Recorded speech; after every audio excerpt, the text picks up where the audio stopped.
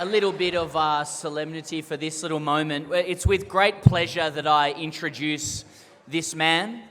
Muzafar Ali is a humanitarian and founder of Cisarua Learning, which is one of the projects supported by the LBW Trust.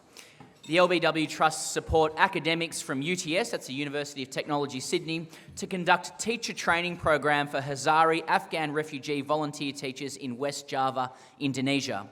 These graduate teachers then teach refugee children while they and their families await the long process of resettlement. Significant work, I'm sure you will agree. Would you please welcome to the stage with a great round of applause, Muzafar Ali. Hi everyone. Good evening. I'm Muzafar Ali, and I must acknowledge that I'm standing on the land of Gadigal people. I pay my respect to their past, present, and emerging. This land was and always be Gadigal people's land. I would start with 1986-87. The year probably significant for the sporting events. In 1986, who knows what happened? Argentina won the World Cup. And in 1987, cricket fans, what happened? Australia won, yeah. So I start from here, 1986 and 87. So when the world was enjoying sporting events like Football World Cup, soccer, football, and cricket World Cups. And there was another World Cup, a tragic World Cup that was happening in Afghanistan. It was a war, a Cold War. So the Western powers decided to have this war in Afghanistan. That game happened, and it affected millions of people. I don't want to be very heavy on you. I know everyone is here for the dinner. I will try to make as pleasant experience for you as possible. Thank you very much for coming. So I'm not gonna be very hard, very harsh, but that game was played in Afghanistan, the Cold War. In result of this, millions of people got killed or displaced. Some of them, or a lot of them, became refugees. So I was born in 1986 when my footballing idol won the World Cup for Argentina. And in 1987, I was in Pakistan as a refugee, 1 year old. So when Maradona, I forgot the names, David Boone, Alan Border, they were doing heroic work, performing for their countries. So I was having a troubled life from Afghanistan to Pakistan.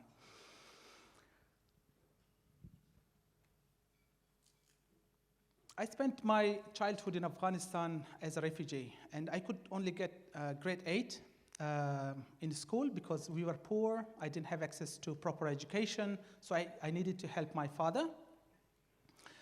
And I could just do grade 8, and I had to start my work as a shopkeeper.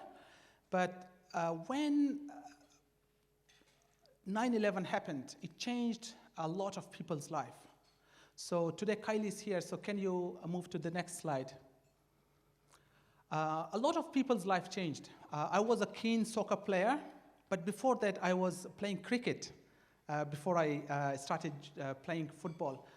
I played cricket. Saqlain Mushtaq was my best cricket player, that spinner, and I was trying to mimic his style and be a spinner. But what happened one day in 2003, 3 of my teammates were killed. Abbas, Parvez, and Abid. Abbas was one of the best wicket keepers. Parvez was a batsman, and Abid was like a fun guy. He was making jokes. We lost these 3 players in one day, and that was it for me as a cricket player. And I started playing football because I missed my friends. It was till 2005 when I was playing football, and many of my teammates got killed in football as well, like him, Ashraf. So I decided to leave Pakistan and went to Afghanistan because international forces came, there was peace, there was democracy, and I could start a new life. So that was the second time I started my life in Afghanistan. So this is my return. My Afghanistan was, what I saw in Afghanistan from the international media was war-torn, and that was true. You could see the Soviet consulate behind me. It was bombarded by the Mujahideen, and the electric poles you could see riddled with bullets. And this can show how intense fighting was happening in Afghanistan. Because I was a good football player, I came to Bamyan, and UN team, they had a very bad football team, and they were looking for players. And immediately they said, okay, you can come and play, join our team. So this is one of my first football teams in Afghanistan. And I started playing with them. One day, one of them came and said, you have to work with us. And he took my resume and applied on my behalf to the UN, and I joined them. And UN was a big experience for me that changed my life. My task was I was a program director, and my task was to negotiate with the people, meet with the people, and meet with the commanders. My job was to convince them, negotiate with them to disarm, and to take part in changed Afghanistan, in democratic Afghanistan, and to be part of this international community's efforts. And next. Besides my work, what I saw in Afghanistan, that Afghanistan is totally different what I saw in the media. It's beautiful, people are beautiful, and I started taking photos. I bought my first camera with my first salary in 2005. And I saw the people's beauty that was never shown. And UN Jobs was giving me an opportunity to go to those remote villages where even NGOs or people with the camera, they never traveled there. Even there were some villages where the children never saw a car in their life. Children never saw a camera in their life. So my idea was that I will take these pictures and share this and tell to the people that Afghanistan's people are not looking for, they are like ordinary people. They want peace and they want a normal life. And landscape is beautiful.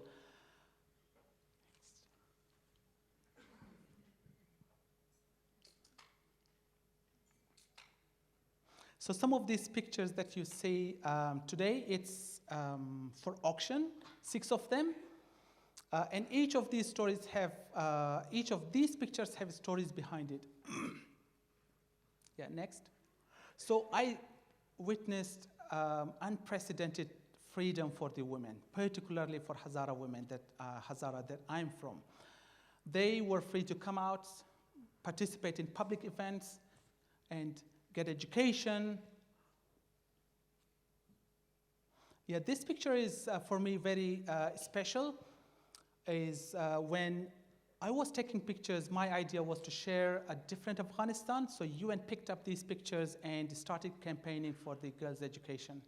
So this picture was, a billboard was all over Afghanistan, convincing and with the key message that girls have right to get education. And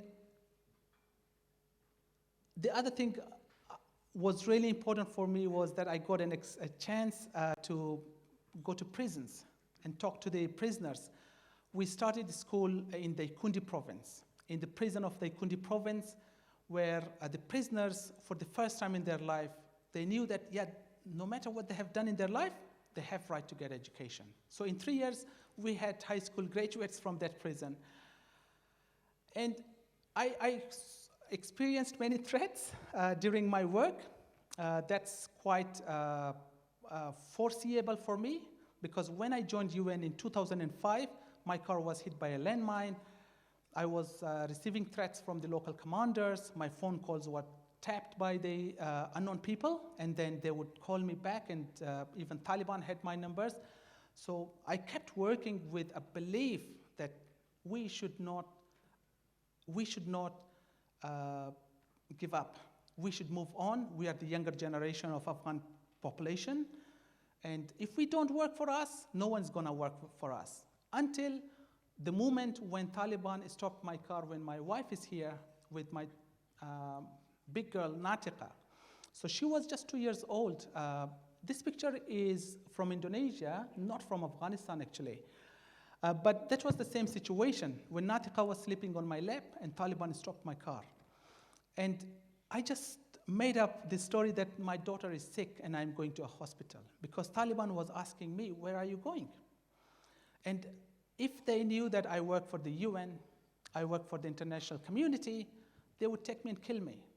But that exact time I was thinking, what will happen to my family? And that's the reason I decided to leave Afghanistan. And in 2013, I came to Indonesia.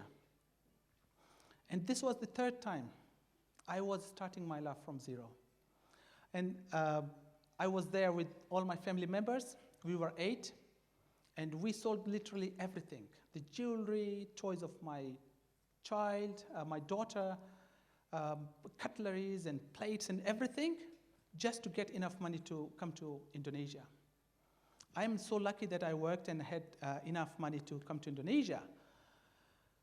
And Indonesia is such a country linguistically, culturally, and religiously, because we follow Shia Islam, and Indonesia is predominantly Sunni Muslims.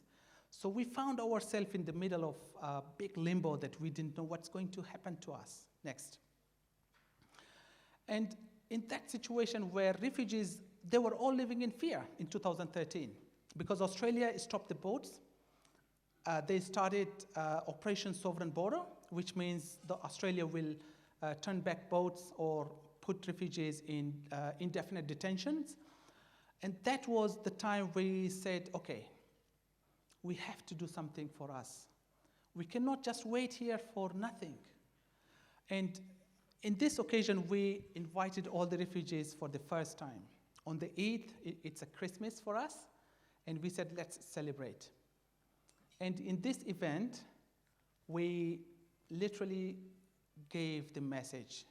You have engineers, the doctors and teachers, interpreters. Why you stand up and do something for yourself? Don't wait for UNHCR.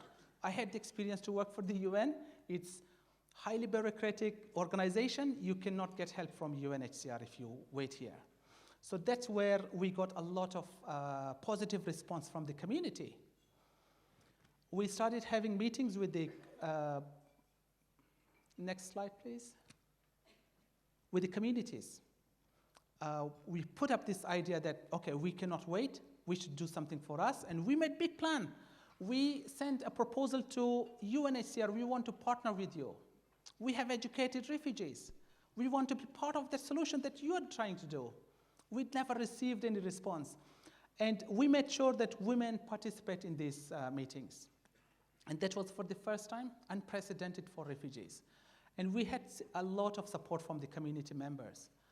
And our women, I must acknowledge that the women of Afghanistan, they're the bravest women in the world. When Afghanistan collapsed last year in August, they were the first voice of resistance against suppression, against violence, and they came, they said, we want our rights. We want freedom, we want education, and they were the same women in 2014. They said, we will be the teachers, because for refugees, they didn't know, can they teach or not? If they are not, they could be caught and they could be deported to Afghanistan. Next, please. And we had our school, where the kids could come together and learn something. And next slide, please. And literally, this was the first day of the school. My wife and my sister, they were the first teachers. My daughter, one of the first students, when they entered in that school. I never forget that smiling kid's face, in our community's face, because that was a sense of achievement, sense of identity they got, finally. Next. And our students, they were waiting for this day. Many of our students made friends for the first time as a refugee. Many of them carried back in their life for the first time. And sports had always been, for us, a thing to stay positive. As a sportsman, I always say that sports has unlimited and unbounded power to bring people together, to keep people positive. And that's what happened for refugees in Indonesia. In the middle of nowhere, they found cricket team to play with Australian kids. And our women, they kicked the ball for the first time, as my friend said in one of the occasions. They were not allowed to play. They were not allowed to come out and participate in public events. As a refugee, for these women, playing football and playing with men, unusual in Afghanistan. They found their agency, they exercised their agency, they enjoyed their freedom. And that was one of the things that women believed we have a place in the community, and they became the leaders. Because once we started that school, the whole community came together to support our manager. So many of our managers are the women, which is unusual. And they're young women from Afghanistan. So in 2015 is the fourth time I started my new life in Australia. I got resettled to Australia after 2 years in Indonesia. And as soon as I came, my friend is here, Julian Hoff. He's the guy who met refugees in a very traditional Australian block. He was in Indonesia, and he's a filmmaker by trade. So he came, he was living with his wife in Jakarta, and one day he said, I want to meet a refugee. And he took his driver and came to that village where we were living, and he took a random left turn, and we became friends since then. And Julian actually gave $200 with his wife to start that school. And I always say, what does it mean to have that small startups, that small push or a spark? For us, the $200 was the spark that kept our engine running, that is still running 8 years after. We started with $200 that we received from Julian, and then when I came to Australia, Julian, Lucy from UTS, we all joined together to start an organization, Cisarua Learning. Our aim was to support refugee initiatives in Indonesia, in Thailand, through education, through community empowerment. We just do whatever we can in Australia in order to support that. So today I'm here to thank Kylie, to thank LBW Trust for their contribution to keep one of those promises alive for us, to give hope to the refugees, to keep this momentum alive for the refugees, and keep changing. Because since now I talk about very dry topic, the policy. Why it's important we keep supporting these initiatives. It might be micro or a small, but just go to Cisarua, where 4,000 refugees live, and compare this 4,000 refugees' life to those people who are living in limbo for 10 years, in Manus, in Nauru, in IOM detention centers. It's appalling. What this community has achieved in 8 years, that's remarkable. I'm going to talk about these 3 kids. When we started this school, they were students, and now they are our new teachers. LBW Trust and UTS provide training for these kids to be a proper teacher. Lucy is leading the team to make a portal to provide online training for any refugee around the world that will be accessible for anyone, even for teachers in Afghanistan. I must talk a little bit about Afghanistan before it's too late, is that the Taliban have still banned girls' education. It's more than 1 year, and that's the only country in the world which doesn't allow girls' education. And this online portal will help private schools, private learning centers in Afghanistan or around the world, those who don't have access to education, to get some material, to learn something, to be a teacher. Because for us as Afghanistan people, education is the only hope. Education is the only way that we are resisting against Taliban. Our women are resisting against Taliban. And education is the only tool for refugees that keep their hope alive. That one day they will be resettled like me in Australia. They will do something very quickly. They don't need to go to learn English. They will follow their dreams. So education is important for refugees, not just for keeping their dreams alive, but to keep them positive. And sports, I think it's a miracle and magic to see this big number of people come here by LBW Trust for the good cause that you're doing around the world. I really appreciate what you're doing as a humanitarian. I'm so privileged to be here. So thank you very much, anyone who just put efforts to sit on these tables. So thank you very much.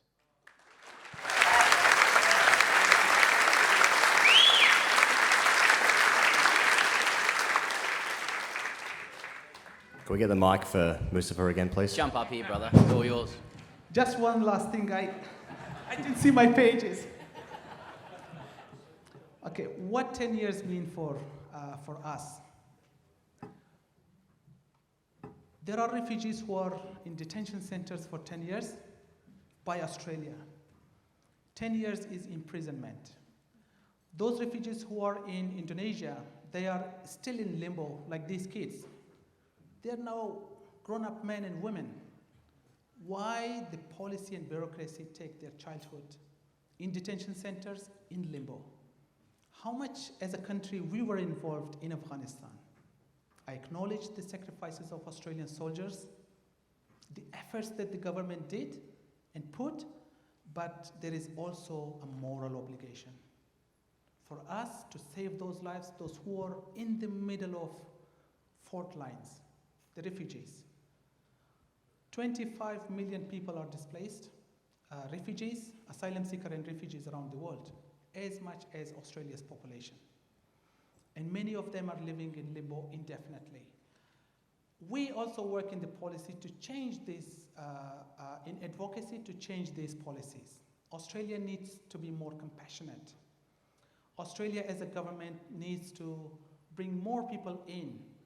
As a free country, as a liberal country, signatory to Geneva Convention, which allows government to bring refugees, resettle refugees. We have a really good example of Holocaust that the Jewish refugees were resettled to America, Australia, and the other European countries. We can do it now. And also, just imagine you doing no crime and end up in a prison for 10 years. How does it go? They have families. They are not just numbers. We mark it as boat people, illegal refugees, asylum seekers, but they are people, actually. They have families, they have life, and without any crime, they end up in detention center. I think we need to work on that as well to be more compassionate. If we cannot change policies as individuals that our organization believe, we can do something like community. We have the power of people. We can provide at least education for refugees, at least some little hope for refugees. At least we can save some sort of childhood that these small schools give to the refugees. So thank you very much again for being so patient and being so compassionate. Thank you.